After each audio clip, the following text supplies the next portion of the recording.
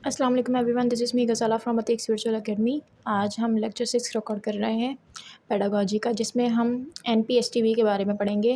जिसे कहते हैं national professional standards for teachers in Pakistan. ये कुछ स्टैंडर्ड्स हैं जो बनाए गए हैं पाकिस्तान की टीचर्स के लिए, ठीक है। तो एनपीएसटीवी किस बारे में बात करता है? ये एक कॉम्प्रिहेंसिव फ्रेमवर्क है, ठीक है, जो डिफ़ाइन करता है कि कॉम्पिटेंसी क्या होनी चाहिए, नॉलेज, स्किल्स और प्रोफेशनल एटीट्यूड्स जो होते हैं टीचर्स के लिए एक इफ़ेक्टिव टीचिंग के लिए पाकिस्तान में, वो कैसे होने चाहिए, ठीक है। एनपीएसटीवी इन चीज़ों के बारे में बात करता है। तो टोटल स्टैंडर्ड्स जो हैं वो 10 हैं। सबसे पहला जो स्टैंडर्ड है वो है सब्जेक्ट मैटर नॉलेज। ये सारे स्टैंडर्ड्स हैं टीचर्स के लिए पाकिस्तान में कि एक इफ़ेक्टिव टीचर कैसा होना चाहिए। सबसे पहला है सब्जेक्ट मैटर नॉलेज। इसका मतलब है कि जो टीचर का जो सब्जेक्ट है ना, जिस भी टीचर का जो भी सब्जेक्ट है उसको अपने सब्जेक्ट के ऊपर टोटल कमांड होनी चाहिए, ठीक है। उसके कंटेंट पे उसको जो है अपनी कंटेंट को, अपने सब्जेक्ट को सिंप्लीफाई करना आना चाहिए। टॉपिक्स को ना सिर्फ उसे नॉलेज हो बल्कि उसे अपने टॉपिक्स को और कॉन्सेप्ट्स को एक्सप्लेन करना आना चाहिए, ठीक है। क्योंकि बच्चे क्यूरियस होते हैं, स्टूडेंट्स क्यूरियस होते हैं, कोई भी सवाल कर सकते हैं। तो उसके खुद के पास जो है वो अगर क्लैरिटी होगी तो वो तभी बच्चों को जो है वो बता सकेगा और समझा एक्सप्लेन कर सकेगा। Not just knowledge but clarity in teaching. वही जो मैंने बात की कि सिर्फ नॉलेज नहीं बल्कि क्लैरिटी भी होनी चाहिए, ठीक है। ताकि किसी भी तरह की सिचुएशन में वो खुद को स्टक महसूस ना करे। दूसरा है ह्यूमन ग्रोथ एंड डेवलपमेंट। ये दूसरा स्टैंडर्ड है जिसमें है कि टीचर को बच्चों की फ़िज़िकल, कॉग्निटिव और इमोशनल डेवलपमेंट को समझना चाहिए, ठीक है। उसको इस काबिल होना चाहिए कि वो समझे। वो बच्चों को एज के लेवल के हिसाब से पढ़ाए, ठीक है। जैसे पियाजे और वाइगोस के अपने जो है वो उसमें थ्योरीज़ में बात करते हैं, ठीक है। इनकी थ्योरीज़ के बारे में भी हम आगे पढ़ेंगे, ठीक है। तो हर बच्चे के एज लेवल और उसके एज लेवल के हिसाब से उसके जो है वो पढ़ने का जो स्टाइल होता है और जो लेवल होता है वो अलग-अलग होता है। तो उस चीज़ को टीचर को समझना चाहिए, ठीक है। उसके बाद है हमारा third, knowledge of Islamic ethical values, social life skills, ठीक है।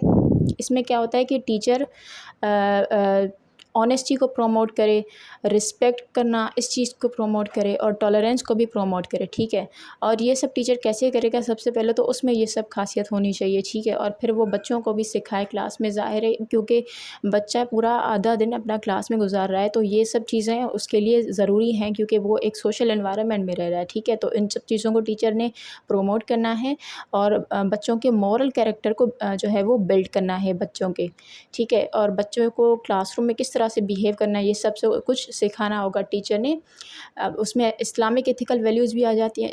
कैसे? क्योंकि इस्लाम में हमें जैसे सिखाया जाता है कि कैसे किसी ऑनेस्टी के साथ रहना है, रिस्पेक्ट करनी है एक दूसरे की, टॉलरेंस जो है वो कैसे जो है वो हमने प्रैक्टिस करनी है सबके साथ, सबके पॉइंट ऑफ व्यू को हमने जो है वो इज़्ज़त देनी है। इस्लामिक ना सही फिर भी एथिकल तो जो है वो भी यही चीज़ें सिखाता है हमें। एथिक्स भी हमें यही सिखाती है, अखलाकियात, कि ये सब चीज़ें ज़रूरी हैं एक सोशल एनवायरनमेंट में रहने के लिए। फोर्थ है, क्योंकि देखें हमारे पास सिर्फ वो मुस्लिम बच्चे तो नहीं ना होते, नॉन मुस्लिम भी होते हैं, ठीक है। फोर्थ है हमारे पास इंस्ट्रक्शनल प्लानिंग एंड स्ट्रेटजीज़। इसमें क्या आता है? इसमें लेसन प्लानिंग आ जाती है, यानी टीचर को लेसन प्लानिंग आनी चाहिए। वो लेसन प्लान करके ही फिर जो है वो अपना टीच करने जाए क्लास में, ठीक है। उसने कैसे अपने मेथड्स का सिलेक्शन करना है, ऑब्जेक्टिव्स उसने कैसे बनाने हैं और ऑब्जेक्टिव्स के हिसाब से ही मेथड सेलेक्ट होता है, ये तो आपको पता ही होगा। और उसके बाद है कि ब्लूम्स टैक्सोनॉमी का जो है वो उसके साथ स्ट्रॉन्ग लिंक होनी चाहिए उसकी लेसन प्लानिंग की, उसकी जो है वो मेथड्स की।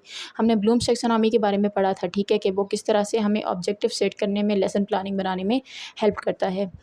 पाँचवा है असेसमेंट। पाँचवा स्टैंडर्ड है जिसमें ये है कि टीचर को टास्क डिज़ाइन करने आने चाहिए, फीडबैक देना आना चाहिए, ठीक है। फीडबैक से क्या होता है कि लर्निंग इम्प्रूव होती है।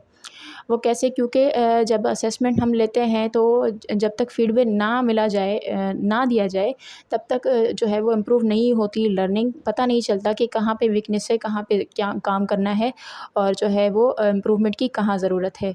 तो फीडबैक और उसके अलावा असेसमेंट साथ साथ ये चीज़ें क्या करती हैं? लर्निंग को इम्प्रूव करती हैं। उसके बाद छठा है लर्निंग एनवायरनमेंट।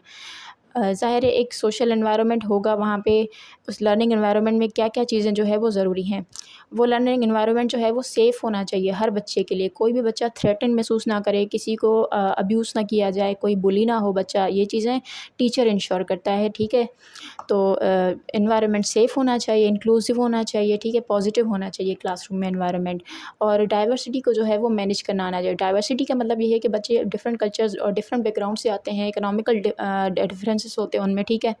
कोई बच्चा अमीर घर से आ रहा है, कोई मिडिल क्लास घर से आ रहा है, ठीक है, कोई बिल्कुल ही जो है वो लोअर मिडिल क्लास घर से आ रहा है, कोई मुस्लिम है, कोई नॉन मुस्लिम है, कोई सिंधी, उर्दू और पंजाबी, पख्तून और बलोची है, ठीक है। इस तरह से ये सब क्या है, ये डाइवर्सिटीज़ हैं, यानी सबका अलग अलग होना।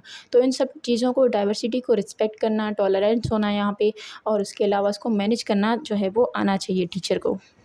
और ये सब टीचर तभी मैनेज करेगा जब वो खुद इस तरह का बायस और रेसिस्ट किस्म का नहीं होगा, ठीक है। 7th स्टैंडर्ड है आपका effective communication and proficient use of ICT. इसमें क्या है कि टीचर को हर चीज़ की, जो क्लास में जो भी आपकी कम्युनिकेशन हो रही है बच्चों के साथ और बच्चों की टीचर्स के साथ, वो एक्सप्लेनेशन उसकी क्लियर होनी चाहिए, ठीक है। हर बात, हर जो आप चीज़ कम्युनिकेट कर रहे हो वो क्लियरली एक्सप्लेन होनी चाहिए। और इंटरेक्शन होना चाहिए टीचर का बच्चों के साथ अच्छे से, यानी और बच्चे फ्रीली टीचर को जो है अपनी सारी बातें बता सकें, जो उन्हें जो है किसी चीज़ में मसला आ रहा है और कहीं पे उन्हें कोई दिक्कत आ रही है, ठीक है, तो वो टीचर से इफ़ेक्टिवली कम्युनिकेट कर सकें उस चीज़ को, ठीक है। तो इंटरेक्शन अच्छी होनी चाहिए टीचर और बच्चों की आपस में, ठीक है। उसके बाद स्टूडेंट की कम्युनिकेशन स्किल्स को भी टीचर ने डेवलप करना है, ठीक है, ताकि बच्चे भी अच्छे से, टीचर सिर्फ खुद अच्छे से कम्युनिकेट ना करें, बल्कि बच्चे भी अपनी बात इफ़ेक्टिवली कम्युनिकेट कर सकें। टीचर ने उस काबिल बना देना है बच्चों को, ठीक है, उनकी कम्युनिकेशन स्किल्स अच्छी करनी है। Effective uses of ICT tools, ठीक है।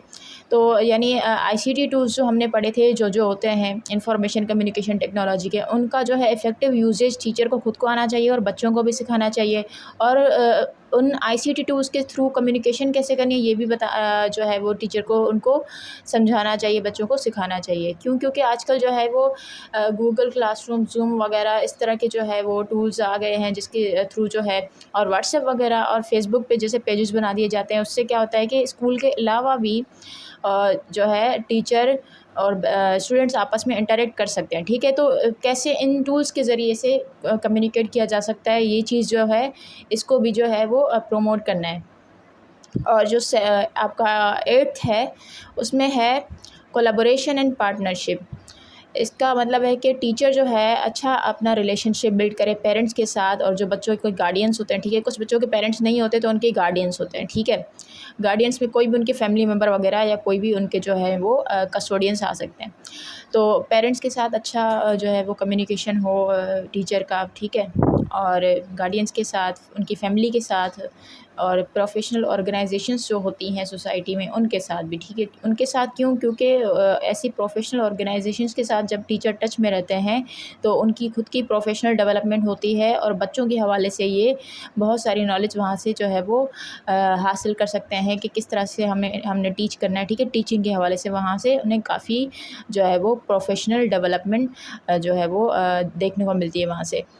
इन द कम्युनिटी, यानी प्रोफेशनल ऑर्गेनाइजेशंस जो भी हों कम्युनिटी में, उनके साथ इनको कोलैबोरेट करना चाहिए, ठीक है, और ताकि बच्चों की, स्टूडेंट की जो लर्निंग है उसको सपोर्ट किया जा सके। और कॉलीग्स के साथ काम करना, ठीक है, जैसे ये इसका नाम ही है कि कोलैबोरेशन एंड पार्टनरशिप, तो कॉलीग्स के साथ कैसे काम करना है, ठीक है, ये भी टीचर को आना चाहिए। ये स्टैंडर्ड में जो है ये इंक्लूडेड है। पेरेंट्स के साथ किस तरह से जो है वो बच्चे की मज़ीद लर्निंग के लिए उनके साथ भी टच में रहना है, और कम्युनिटी के साथ। उसके बाद आपका 9th है continuous professional development and code of conduct. इसका मतलब है कि टीचर को हमेशा लर्न करते रहना चाहिए, ठीक है, क्योंकि ये एक जो है वो लाइफ लर्निंग प्रोसेस होता है। टीचिंग जो है ना, एक लाइफ लर्निंग प्रोसेस है, जिसमें टीचर ने अपनी कंटिन्यूस जो है वो डेवलपमेंट करनी होती है, जो वर्ल्ड में चल रहा है और जो जो चीज़ें डेवलप हो रही हैं और इवॉल्व हो रही हैं, ठीक है, उन चीज़ों के बारे में उनको नॉलेज होनी चाहिए। ज़ाहिर है, जैसे पहले जो मेथड्स होते थे वो अलग होते थे, अब अलग हैं। क्यों? ये टाइम के साथ चेंज आया है ना, और इस चेंज के साथ टीचर ने खुद को कैसे मेंटेन करना है और कैसे अपनी प्रोफेशनल डेवलपमेंट को कंटिन्यू रखना है, तो ये ज़रूरी है, ठीक है। ट्रेनिंग वगैरह अटेंड करे, इम्प्रूव करे अपनी लर्निंग को, ठीक है। जैसे यहाँ पे हमने बात की कि प्रोफेशनल ऑर्गेनाइजेशंस के साथ टच में रहे, ठीक है, तो ये बहुत ज़रूरी है कंटिन्यूस प्रोफेशनल डेवलपमेंट के लिए। और कोड ऑफ कंडक्ट में ये आता है कि टीचर के खुद के जो है वो डिसिप्लिन, उनके उसकी जो रिस्पॉन्सिबिलिटी है वो कैसे निभाता है टीचर, उसका जो प्रोफेशनल बिहेवियर है टीचर का, पंक्चुअलिटी है, टाइम पे आता है, टाइम पे जाता है, ठीक है, इस तरह से। और रिस्पेक्ट वो किस तरह से अपने जो है वो स्टूडेंट्स की, अपने कॉलीग्स की और अपने साथ वर्कर्स की जो है वो करता है, ठीक है। और फेयरनेस को किस तरह से जो है प्रैक्टिस करता है, ठीक है, यानी इंसाफ़ करना और जो है वो जो चीज़ जायज़ हो, ठीक है, तो उस पे जो है वो हमेशा उसका साथ देना, ठीक है। तो ये सब चीज़ें जब टीचर खुद प्रैक्टिस करेगा तभी वो बच्चों को बता पाएगा, तो ये कोड ऑफ कंडक्ट में आ जाता है, ठीक है। तो ये सारी चीज़ें जब टीचर खुद प्रैक्टिस करेगा ना, ये डिसिप्लिन वगैरह हर चीज़, तो बच्चे उसको देख के सीखेंगे, क्योंकि बच्चे रोल मॉडल मानते हैं टीचर को। उसके बाद 10th है हमारा teaching of English as second और फॉरेन लैंग्वेज, ठीक है। तो इंग्लिश की वही बहुत जो है वो एक क्या कहते हैं इम्पोर्टेंस है, ठीक है। तो इंग्लिश लैंग्वेज प्रोफिशिएंसी टीचर में होनी चाहिए, चाहे वो इंग्लिश का टीचर है या नहीं है, लेकिन उसको इंग्लिश आनी चाहिए, इंग्लिश बोलनी आनी चाहिए, इंग्लिश में पढ़ाना आना चाहिए, इंग्लिश समझ आनी चाहिए, ठीक है। तो ये जो है टीचर को पता होना चाहिए कि इसकी कितनी इंपॉर्टेंस है इंग्लिश पेडागोजी की, ठीक है, as a foreign language and second language, ठीक है। यानी ये नहीं है कि आप बच्चों को बिल्कुल जैसा कहते हैं कि इंग्लिश में ही पढ़ा दो। ज़ाहिर है जैसे बच्चों की जो नेटिव लैंग्वेज होती है, चाहे सिंधी है, उर्दू है, आपको उसी में उसको पढ़ाना पड़ता है, क्योंकि वो घर से वही सीख के आ रहा है, ठीक है। लेकिन टीचर ने उसके अंदर ये इंग्लिश लैंग्वेज की जो है ये डेवलपमेंट करवानी है। वो कैसे कि ज़ाहिर है टीचिंग के दौरान टीचर ने इंग्लिश के सेंटेंसेस, सिंपल सेंटेंसेस से लेके फिर कॉम्प्लेक्स पे जाते हैं, ज़ाहिर है। तो इस तरह के सिंपल सेंटेंसेस टीचर ने यूज़ करने हैं, ठीक है। सपोर्ट में उसके साथ आपने उसकी बच्चों की जो नेटिव लैंग्वेज होगी वो रखनी है, ठीक है। वो उर्दू हो सकती है, वो सिंधी हो सकती है जिसमें आप पढ़ा रहे हो बच्चों को। तो साथ साथ इंग्लिश का यूजेज भी टीचर ने करना है, ताकि उसकी खुद की जो है वो इंग्लिश प्रोफिशेंसी का भी पता चले और बच्चों में भी इंग्लिश लैंग्वेज जो है वो प्रोमोट हो, ठीक है। तो ये हमारे MPSTP के स्टैंडर्ड्स थे, जिन्हें हम national professional standards for teachers in Pakistan कहते हैं, ठीक है। ये 10 स्टैंडर्ड्स हैं और ये थे, ठीक है। तो आई होप आपको समझ आई होगी। मिलते हैं अगले लेक्चर में।